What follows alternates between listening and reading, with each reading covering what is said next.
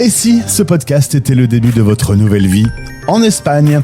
Bienvenue sur Français dans le monde, le média de la mobilité internationale. Je suis Gauthier Saïs et j'ai le plaisir de passer 10 minutes avec Silvia Cabello. On parle de son activité Profe Olé. 10 minutes. 10 minutes. Le podcast des Français dans le monde.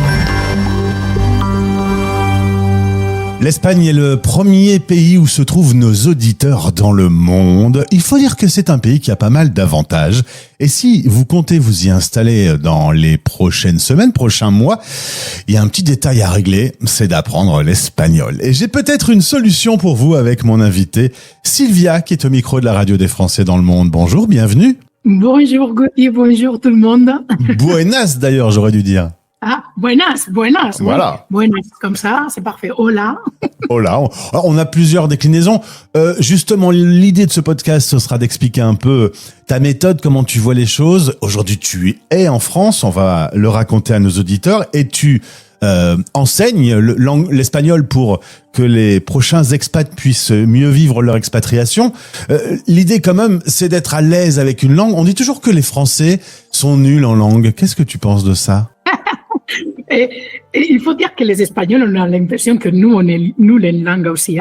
Je pense, c'est pas forcément que les Français, vous êtes nuls en langue, mais c'est vrai que vous avez un niveau de perfectionnisme et autoexigence que ça aide pas beaucoup à la chose principale pour pratiquer une langue, que c'est essayer, se tromper, peu importe, la prononciation au début. Alors là, c'est que je pourrais dire, les Français, il est tellement perfectionniste qu'ils ne se lâchent pas pour pratiquer notre langue. Là, oui. On va peut-être un peu décrypter ces mécanismes et trouver des solutions pour vous. D'abord, on revient sur ton parcours. Tu es originaire de la région de Barcelone, pas très loin de la Sagrada Familia, qui est magnifique. D'ailleurs, j'ai vu qu'elle allait bientôt s'achever. La construction était maintenant planifiée. Non, tu crois pas? Moi, je ne crois pas parce que je pense, et ça c'est que mon opinion, mais je pense que finalement le charme de la Sagrada Familia, c'est qu'elle n'est pas finie. Et qu'elle ne le sera jamais. Mais c'est vrai qu'il y a une date, on verra. Donne-moi le nom de la ville où tu es né. Je suis née à Sabadell, c'est une ville, une petite demi-heure de Barcelone-ville. Tu fais tes études et tu te lances dans la vie professionnelle, tu es prof des écoles. Le français, c'est pas un pays qui t'attire particulièrement, t'apprends même pas le français à l'école. Même pas. Non, j'avais pris l'anglais. Il faut dire que dans le système scolaire espagnol, il n'y a pas forcément obligatoire une deuxième langue vivante, en tout cas à mon époque.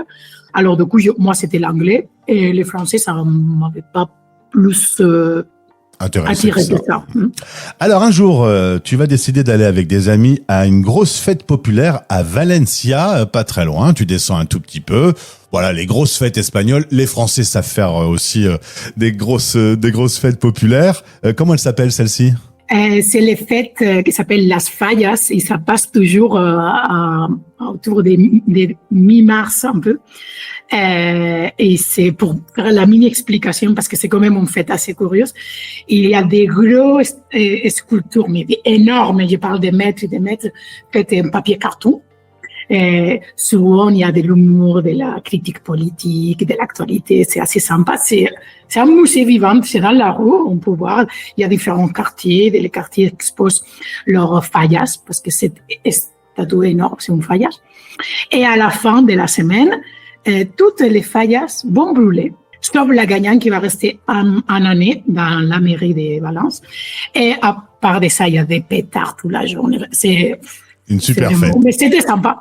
Et c'est marrant parce que les géants en carton, on en a aussi dans le nord de la France avec les géants des Flandres et les fêtes populaires comme le carnaval de Dunkerque. Finalement, en Europe, on a tous nos traditions qui se ressemblent un peu finalement. C'est vrai. Alors ce soir-là, un peu tard, en boîte de nuit, tu vas rencontrer un beau Français. Il est originaire de Haute-Savoie. Alors toi, tu parles pas français, lui parle pas espagnol, donc vous allez parler la langue de l'amour. Et finalement, ça va bien se passer cette histoire, puisque quelques mois plus tard, tu vas décider de le suivre en France, et te voilà, sans parler français, chez nous. Je dois dire que ce qui m'a sauvé à Valence, c'est que j'ai parlé l'anglais comme une vache espagnole. En tout cas, suffisamment de mots en anglais pour pouvoir échanger, discuter et tomber amoureuse. Ouais, ça va. Alors, oui, en effet, j'ai rencontré en mars 2008 et en juillet 2009, j'ai fait mes valises. J'attendais les derniers jours officiels de l'année scolaire parce que j'étais prof d'école. Je venais d'avoir mon concours, de valider ma place en tant que fonctionnaire. Alors, c'est rigolo. On passe le concours, on est fonctionnaire, après on quitte le pays. Mais voilà. Et pendant ce temps-là, j'ai appris le français quand même. Je suis pas arrivée en France sans savoir me débrouiller quand même. Pour moi, c'était impossible. Je suis trop bavarde, je pouvais pas. Il fallait que tu puisses échanger, parler. Qu'est-ce qui va te surprendre le plus chez nous, les Français? Notre gastronomie, tu me disais peut-être des relations sociales qui sont finalement, pour deux pays voisins, très différentes. Si on me dit la première chose qui m'a surpris beaucoup, que peut-être un peu superficielle, mais c'est vrai que ça m'a surpris.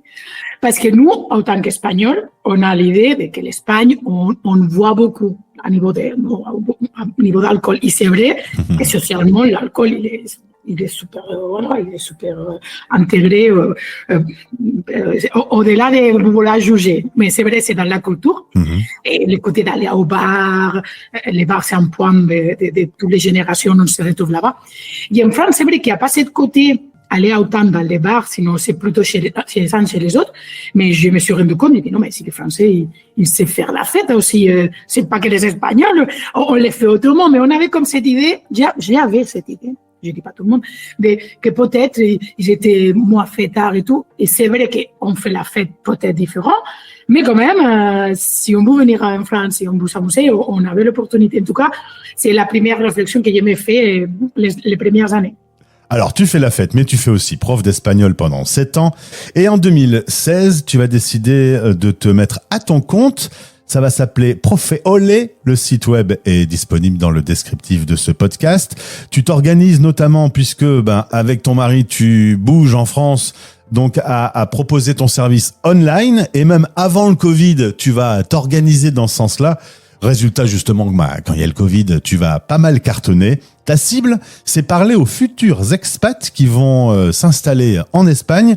L'idée, c'est de ne pas apprendre comme à l'école. C'est quoi? C'est d'être pratique, de pouvoir vite, dans une boutique, par exemple, échanger avec...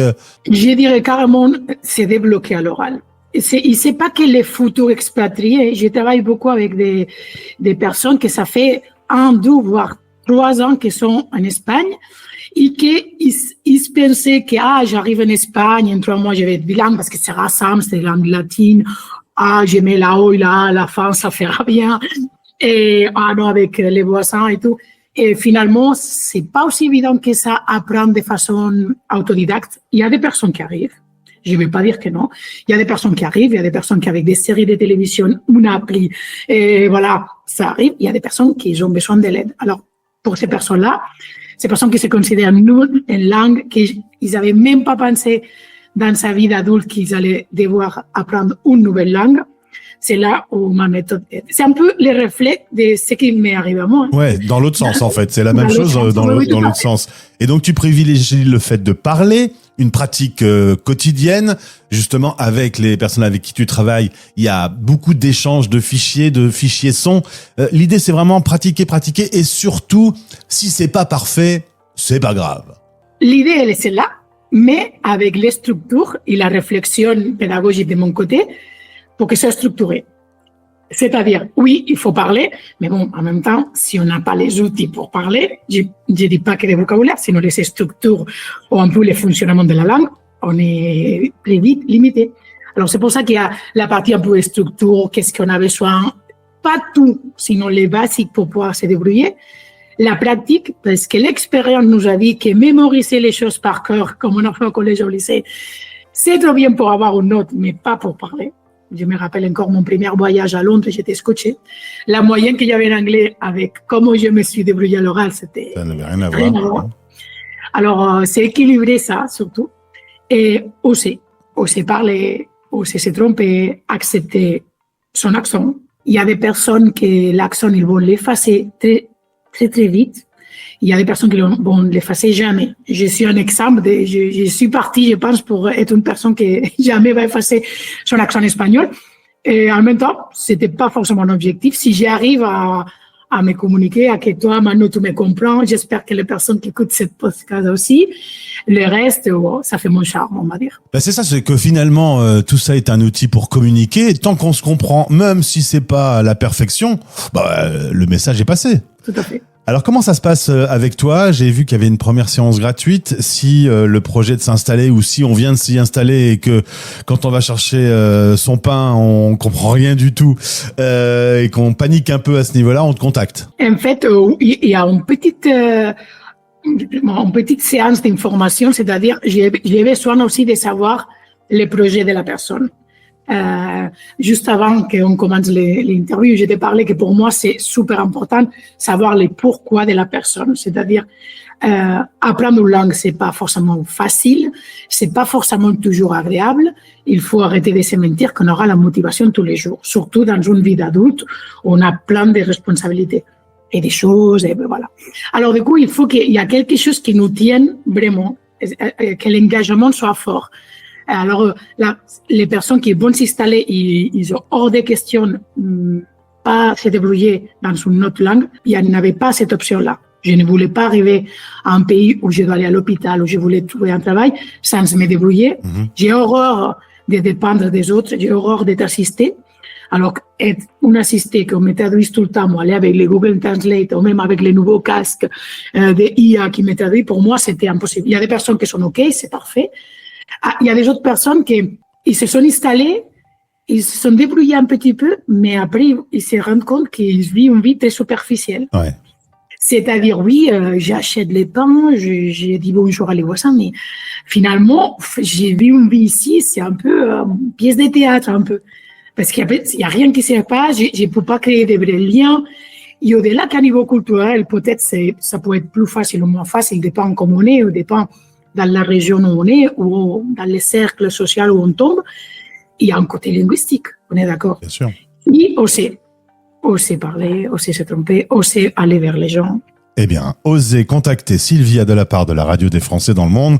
Merci pour ce moment. Maintenant que tu es française, enfin, tu n'es pas française encore, mais que tu vis en France, que tu as découvert nos fêtes, si tu devais choisir entre une bonne fête espagnole ou une bonne fête française? Désolée, mais... Espagnole.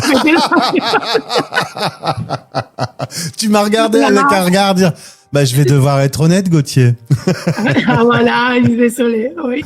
Bon, écoute, on ira faire la fête avec toi en Espagne alors. Au plaisir de te retrouver. À bientôt. Merci beaucoup, Gauthier. Au revoir. Vos podcasts sur la mobilité internationale sont sur fdlm.fr Français dans le monde. et sur YouTube en cherchant Français dans le monde.